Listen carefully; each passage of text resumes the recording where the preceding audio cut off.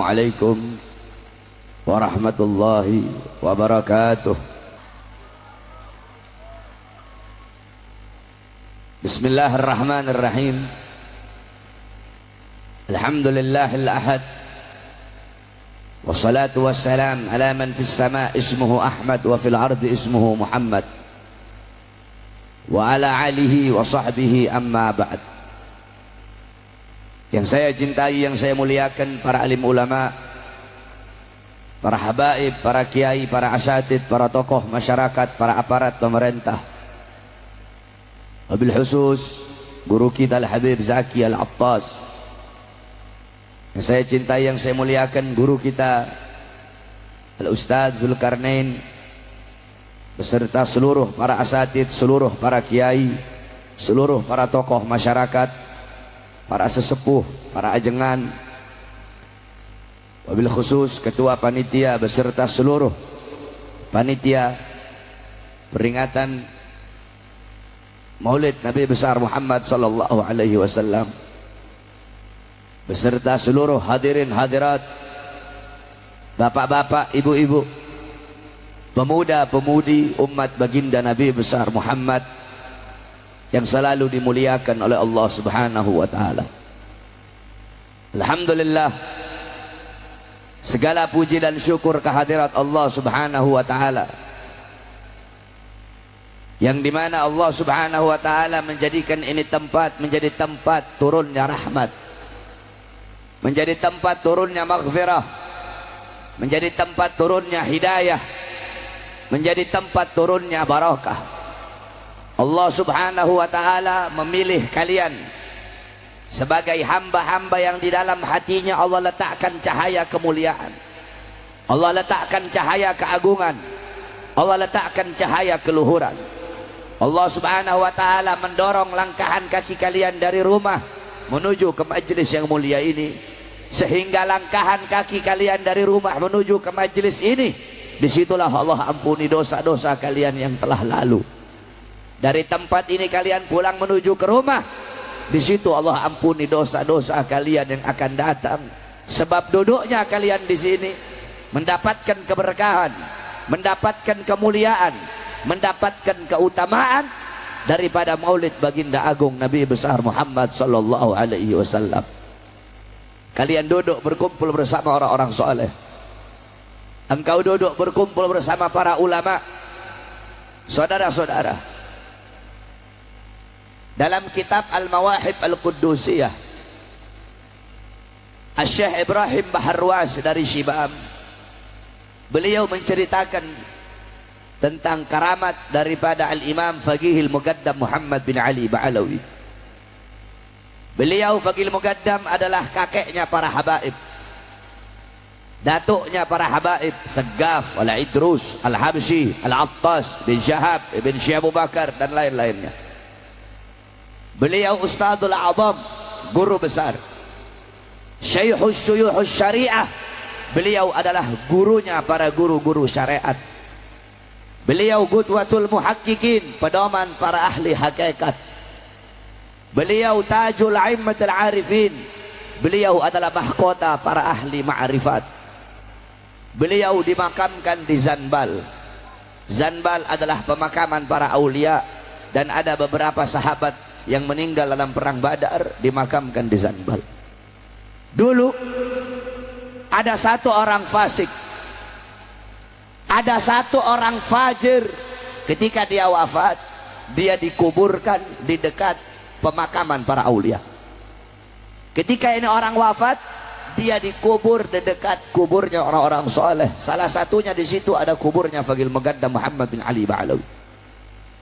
Singkat cerita, karena ini orang fasik, ini orang fajir, ini orang fasid, maka dalam kubur dia disiksa oleh Munkar Nakir. Saudara-saudara, ketika dia sedang disiksa oleh Munkar Nakir, ketika dia sedang diazab oleh Munkar Nakir, tiba-tiba Faqihil Muqaddam Muhammad bin Ali Ba'alawi masuk ke dalam kuburnya itu orang.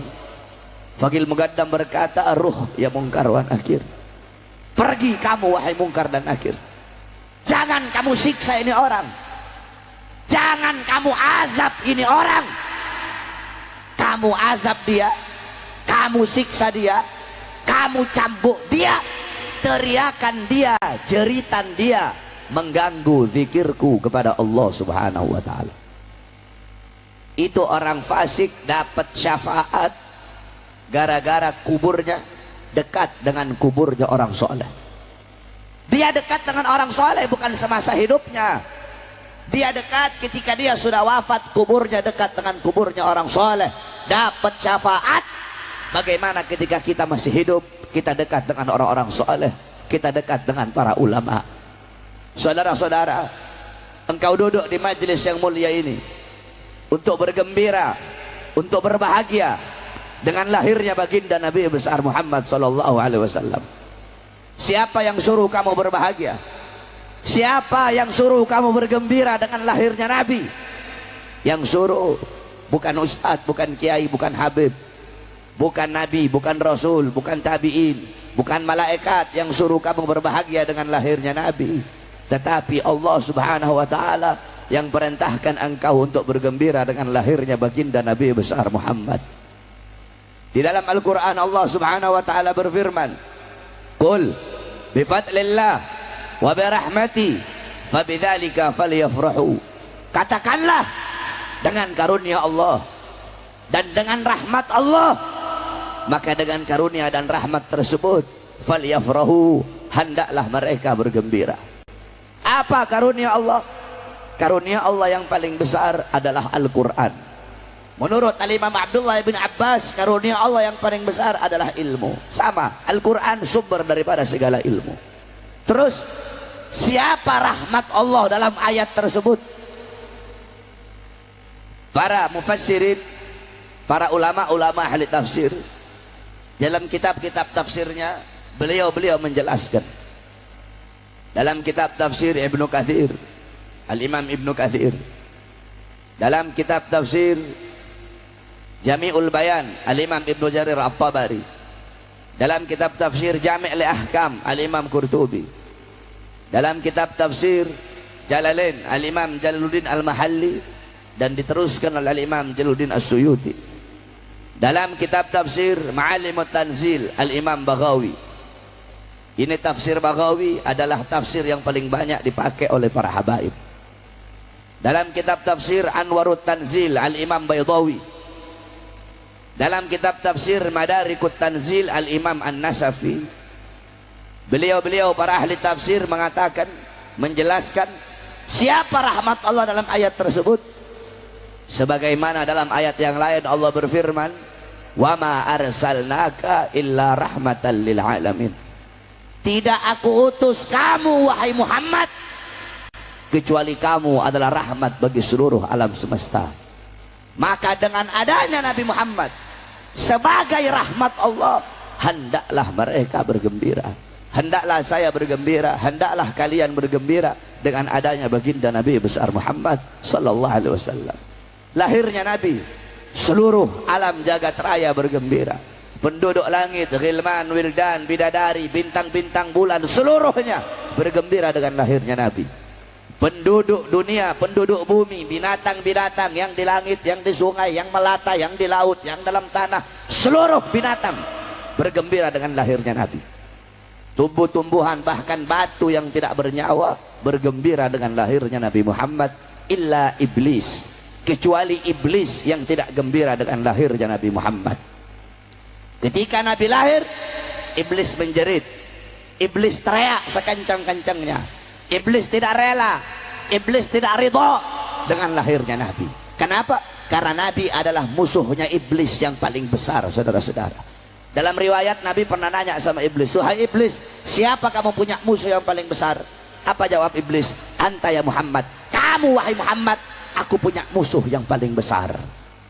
Makanya saudara-saudara, ketika Nabi lahir, iblis teriak, tidak rela dan tidak ridho dengan lahirnya Nabi Muhammad.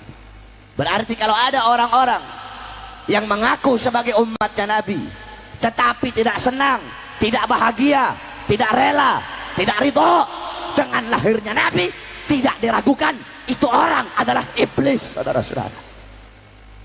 Anjing yang tidak berakal, anjing yang gak punya otak, bergembira dengan lahirnya Nabi Muhammad. Kalau ada orang-orang yang berakal mengaku sebagai umat Nabi tetapi tidak bahagia, tidak gembira, tidak senang dengan lahirnya Nabi, itu orang lebih anjing dari anjing, saudara-saudara.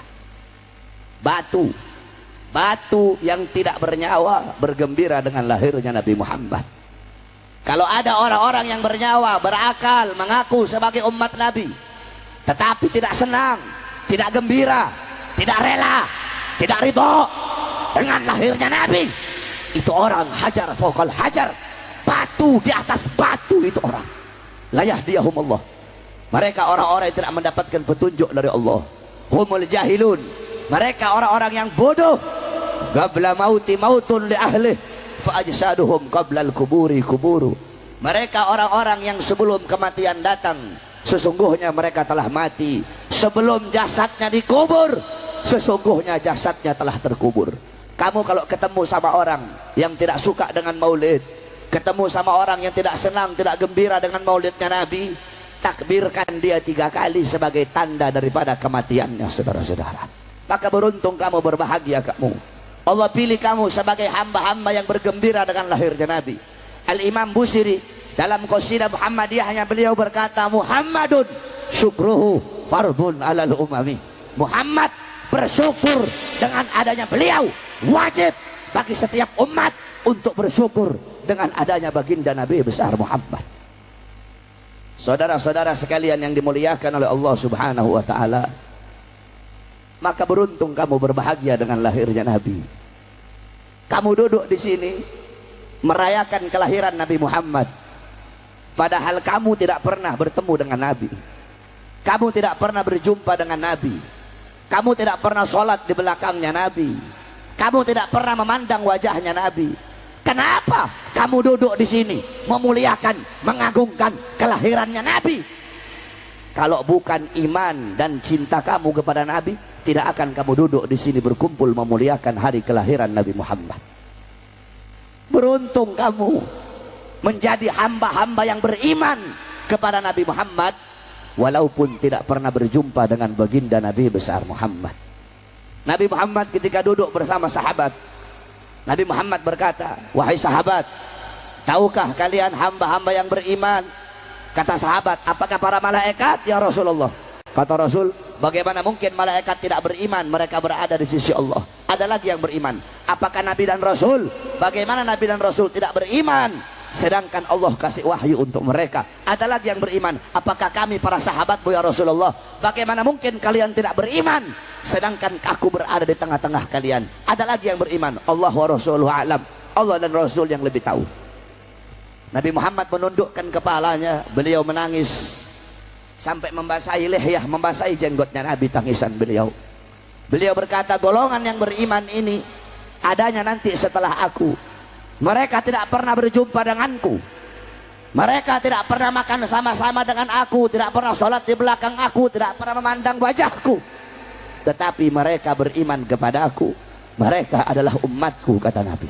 Tuba liman yarani wa amanabi, wa tuba thumma tuba thumma tuba liman lam yarani wa amanabi. Sungguh beruntung, sungguh berbahagia bagi orang-orang yang melihat aku kemudian beriman kepada aku, dan sungguh beruntung, dan sungguh beruntung, dan sungguh beruntung, 3 kali keberuntungan bagi orang-orang yang tidak pernah melihat aku akan tetapi beriman kepada aku. Kalian yang duduk di sini adalah hamba-hamba yang memiliki 3 keberuntungan tersebut.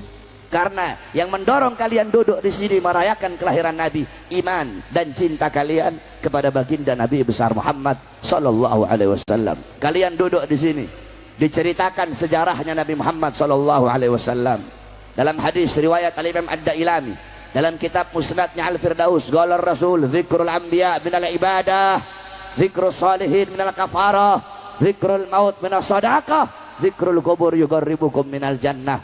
Kata Nabi Muhammad, mengingat para nabi, menyebut para nabi, menyebut para rasul, mengingat para nabi, mengingat para rasul, itu adalah ibadah. kamu duduk di sini, diceritakan sejarah Nabi, bagaimana ilmunya Nabi, amalnya Nabi, waraknya Nabi, khaufnya Nabi, khasyahnya Nabi, zuhudnya Nabi, qanaahnya Nabi Muhammad SAW. Maka kamu pulang dari sini, bawa amalnya Nabi Muhammad di rumah tangga kamu, di kehidupan kamu, dalam kepribadian kamu, di masyarakatnya kamu. Jadikan rumah tangga kamu rumah tangga Nabi Muhammad. Jadikan kamu punya kampung-kampung baginda Nabi besar Muhammad SAW. Ikuti para ulama, ikuti para aslafun salih, ikuti orang-orang saleh, ikuti terus para habaib, para kiai, karena beliau-beliau adalah pewaris baginda Nabi besar Muhammad.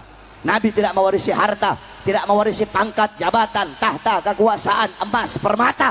Bukan itu warisannya Nabi. Warisannya Nabi ilmu, amal, akhlak, wara, khauf, ikhlas, sabar, takwa, istiqamah, zuhud, ibadah, qanaah, khasyah, syauq, raja' dan lain-lainnya, yang dimana itu dibawa oleh para ulama. Maka jangan kamu jauh dari ulama, jangan kamu jauh dari orang-orang soleh. Ikuti mereka, cintai mereka, agungkan mereka. Akrimul ulama fa innahum indallahil qurama. Muliakan para ulama, agungkan para ulama, karena beliau-beliau golongan yang mulia, golongan yang agung di sisi Allah Subhanahu wa taala. Alaikum bimujalasatil ulama, hendaklah kalian selalu duduk dengan para ulama, duduk dengan orang-orang soleh. Saudara-saudara, siapa para ulama? Siapa orang-orang soleh? Al-Imam Al-Habib Abdullah ibn Halwal Haddad, beliau mengatakan, hum ibadun kiramun atharallaha rabbahum fa'atharahum. Mereka orang-orang soleh, mereka adalah hamba-hamba yang mulia, hamba-hamba yang agung, hamba-hamba yang dimuliakan oleh Allah Subhanahu wa taala.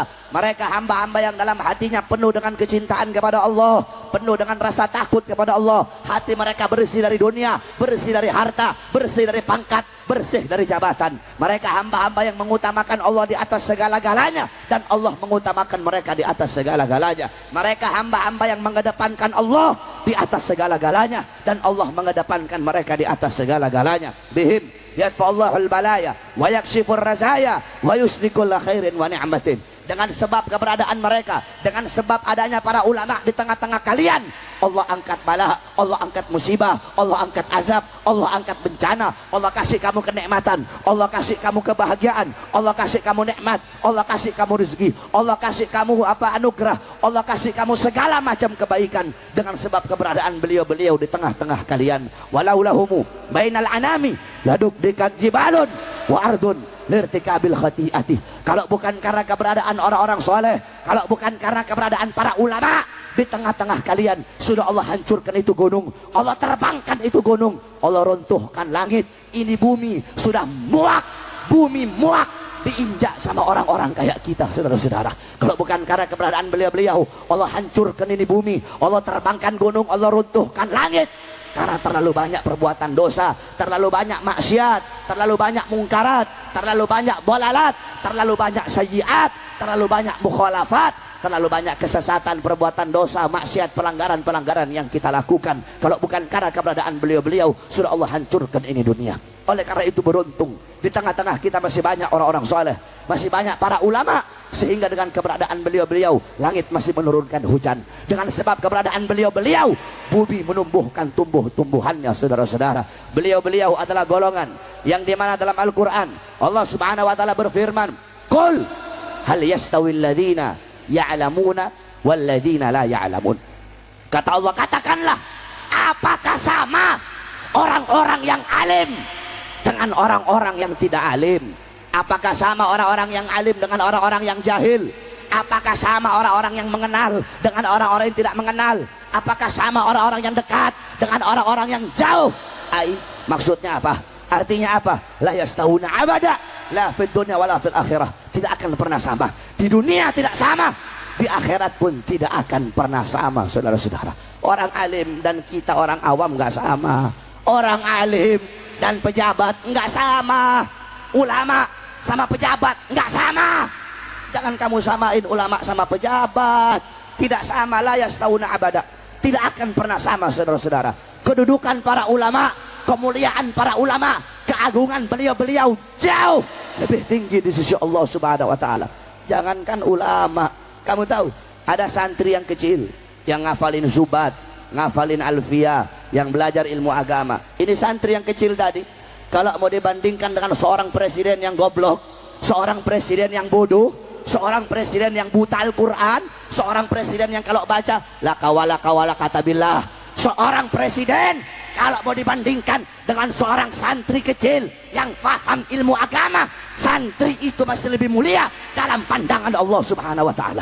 Tidak akan pernah sama. La yastawuna abada. Tidak akan pernah sama. Di dunia tidak sama, di akhirat pun tidak sama, saudara-saudara.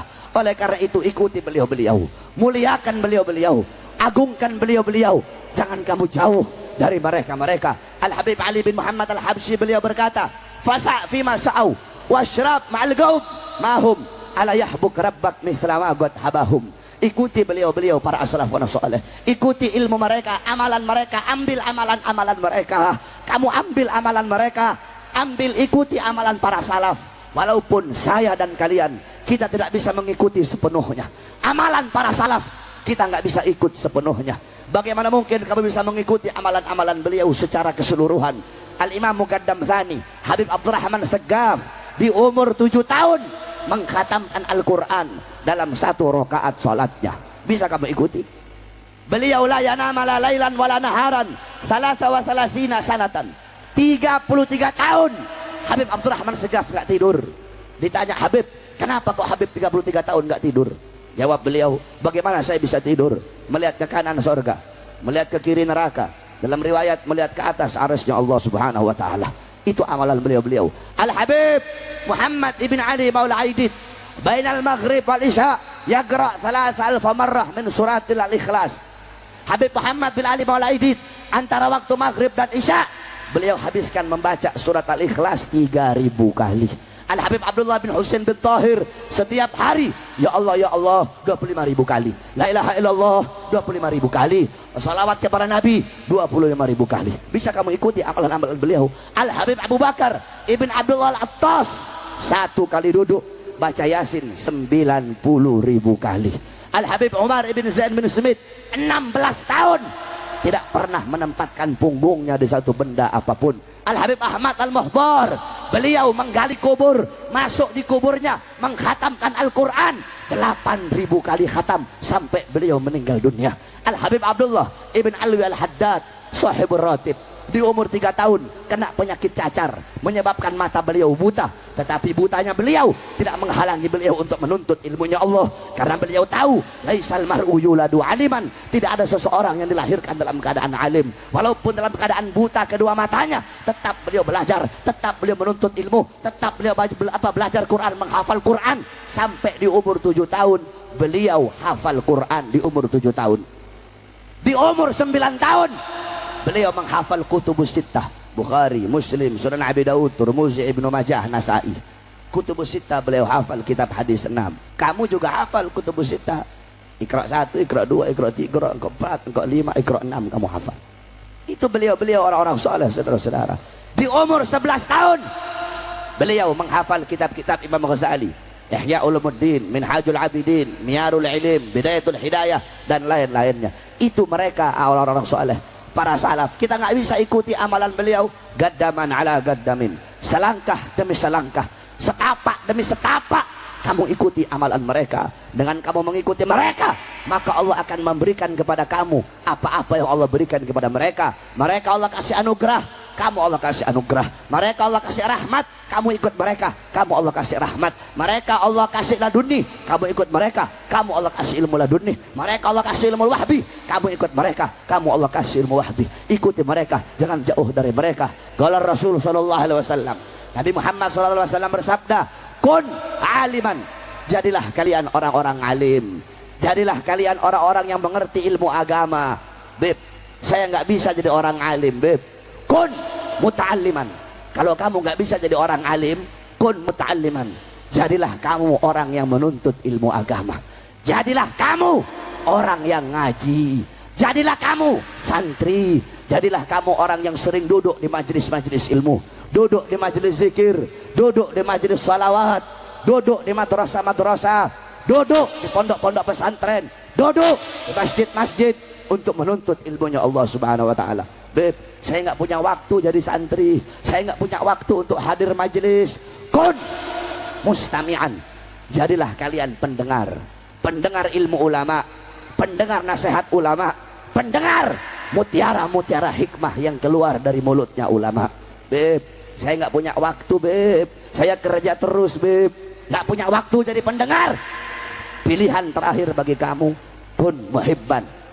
Jadilah kalian pecinta para ulama. Jadilah kalian pecinta orang-orang soleh. Jadilah kalian pecinta ilmu para ulama. Jangan kalian jadi golongan yang kelima. Siapa golongan kelima?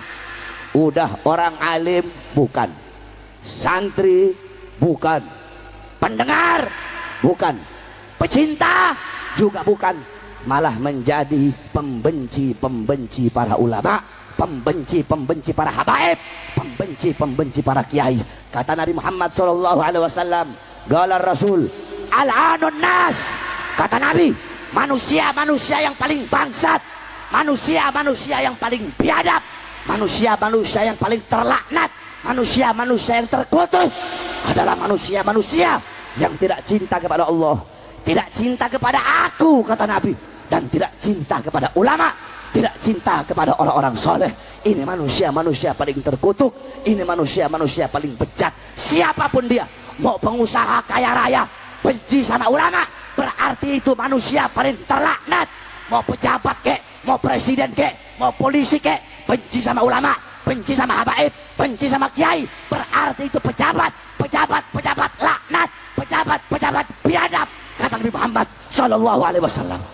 Kita doakan guru kita Al Ustaz Zulkarnain, semoga Allah panjangkan umur beliau, Allah sehatkan jasmani dan ruhani beliau.